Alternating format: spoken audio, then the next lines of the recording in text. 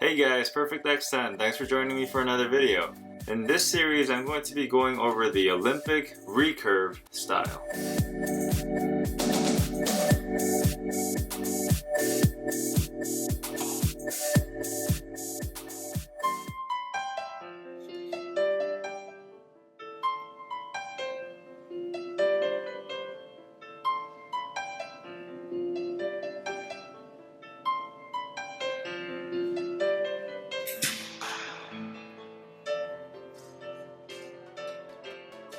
So in this video, I'm going to be going over the equipment that's required for you to shoot a recurve style archery.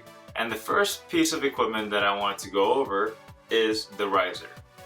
This red section of the bow right here. This riser is called the Hoyt Helix. Hoyts generally are the standard for Olympic recurve risers.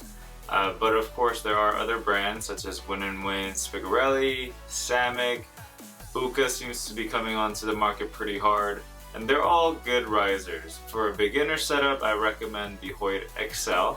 Those start at around $200. The riser lengths also vary depending on your draw length. The general population will be shooting a 25-inch riser, but if you have a shorter draw length, I recommend investing in a 23-inch riser. The next section I want to go over are the limbs. Limbs are right here. Top and bottom limbs. The limbs also come in 3 different sizes, the short, medium, and longs. The length of the limbs will also correspond to your draw length, just like the riser. Starter limbs start at around $150 and they go up from there. And for men, I don't recommend getting limbs any heavier than 28 to 30 pounds at your full draw. And for women, I don't recommend getting limbs any heavier than 22 to 24 pounds, also at your full draw. This is so that you don't get fatigued when you shoot, and also it forces you to concentrate on your form. The next piece of equipment I want to cover is the string. D97 is the standard, usually 14 strands with endless loop on both sides. The rule when purchasing a string is you want to purchase a string length that is 3 inches shorter than the total length of your bow. You will also want to invest in a stringer. You can find one on eBay or Amazon for around $10–15. It is used to put the string on and take the string off the bow. The next piece of equipment I want to go over is the sight.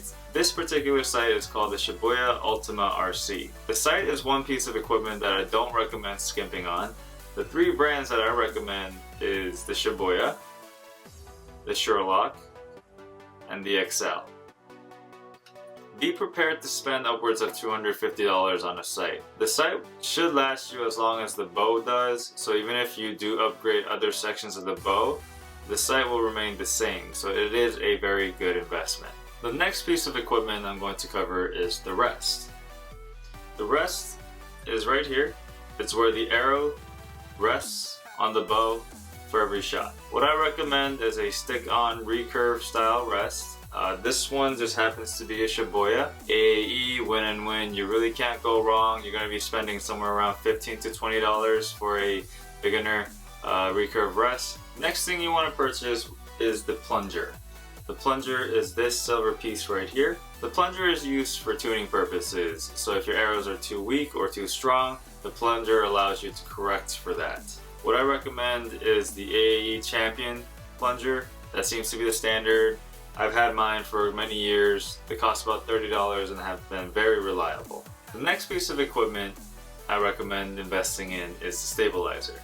This long piece of metal rod on the front of the bow. The stabilizer does exactly what it sounds like it does. It stabilizes your bow. My school of thought on a stabilizer, the cheaper the better, because essentially it is just an extension rod with weights on the end of it. People will disagree with me on this, but in my experience, cheap stabilizers function just as well as expensive ones. As long as they don't break or fall off the bow, it doesn't really make a difference. These stabilizers on the back are called V-bars. These are not necessary. They're a counterbalance to the front stabilizer, helps the bow balance a little bit better. But for starters, you do not need to invest in these. The next piece of equipment I recommend is the clicker. The clicker is this black piece right here. This is the biter clicker. What it does is when you're at full draw, the arrow will fall off the clicker causing it to make that sound. The clicker starts off as a draw check, but as you become better and more advanced, it acts more like a timer. The next piece of equipment that you need to invest in are arrows. These are Easton ACEs. What I recommend for starters are Easton XX75s, also known as Platinum Pluses, with nib points and IBB with Easton G Nox.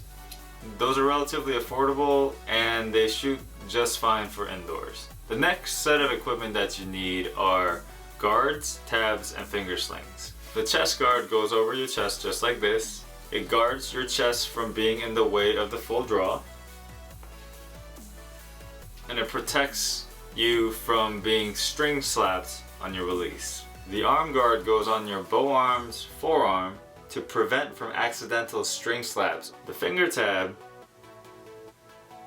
this is the AAE Champion finger tab. The tab is used to protect your fingers from string fatigue. Finger sling, this is just a shoelace that I have tied off at the right length. What the sling does is it prevents the bow from falling out of your hand on the release. So that on your release, the bow does not fall out of your hand and you are allowed an open grip. Another piece of equipment I recommend investing in is the quiver. This is the Easton Field Quiver. Target quivers are just fine. You can get a pretty basic quiver from anywhere from $20 to $30, and that will serve the purpose just fine. And the final piece of equipment that I recommend investing in is the bag or the case. This is a Recurve Hoyt backpack. Serves the purpose. I could fit 2 full setups in here. I carry all my equipment in here, and it's quite convenient. You can sling it over your shoulder, and it's relatively affordable, around $80. Well guys, that's it for this video. I hope that this has been informative, and I hope you enjoyed the video. If you have any questions, feel free to ask me in the comment section below, and I'll see you guys in the next one.